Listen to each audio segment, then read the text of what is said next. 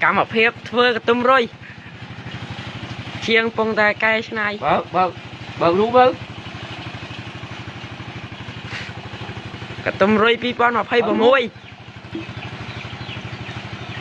mở mà sân về và rốt camera quay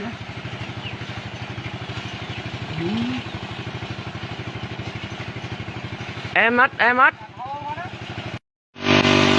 rồi biết à lao em lao màu luôn chuyên một can không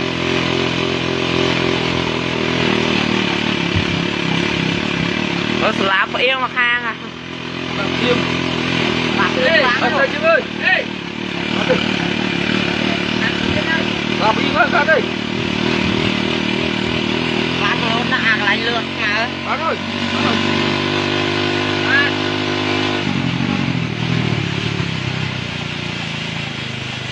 ôi ăn lại nữa nó sao lòng yêu